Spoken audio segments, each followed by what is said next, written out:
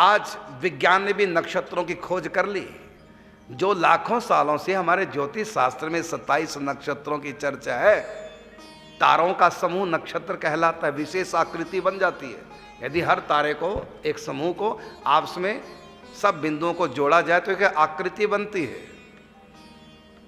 इसी प्रकार राशियों की भी आकृति बनती है। आज अब सूर्य अमुक राशि में है तो 12 आदित्य हैं, एक साल में 12 राशियां पार करता है सूर्य, तो सूर्य की गति है। एक राशि में 1 महीना, और चंद्रमा के 27 नक्षत्र है। एक दिन में 1 नक्षत्र पार करता है चंद्रमा। तो चंद्रमा की गति नक्षत्र के हिसाब से, सूर्य की गति राशियों के हिसाब से, संक्रांत, ये सारा ज्योतिष विज्ञान है।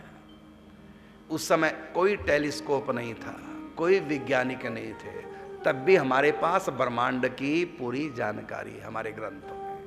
आप ब्रह्मांड पुराण पढ़िए, एक पुराण है हमारे यहाँ, 18 पुराणों में एक पुराण है ब्रह्मांड पुराण। देखिए पूरे ब्रह्मांड की कैसी जानकारी वहां लिखी हुई है। एक ब्रह्मांड में 14 लोक, इस प्रकार अनंतानंत ब्रह्मांड है। मनुष्य किसी भी और छोर का पता नहीं लगा सकता, इतने ब्रह्मांड है।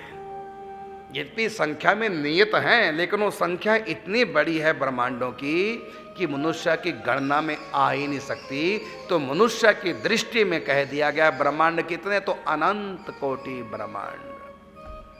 जबकि अनंत कोटि ने संख्या निर्धारित है, लेकिन वो संख्या गणना में नहीं आएगी। जैसे आज तक कोई तारों को, पूरे तारों को गिन नहीं पाया, आज तक कोई पृथ्वी के पूरे धूल कणों को गिन नहीं पाया।